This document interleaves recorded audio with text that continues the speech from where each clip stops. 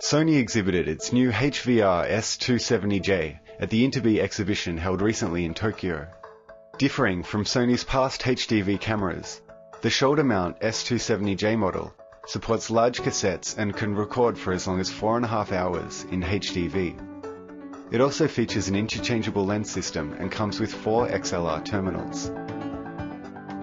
最大のポイントは HDV のショルダータイプを出したというところだと思っております。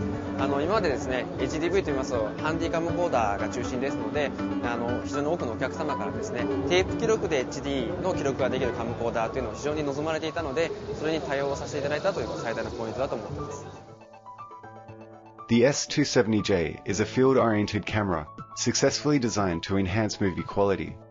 In addition, the S270J is equipped with slow motion and other enhanced camera functions to provide better stability, reliable operability, and higher resolution images with a high degree of sensitivity. DigInfo News.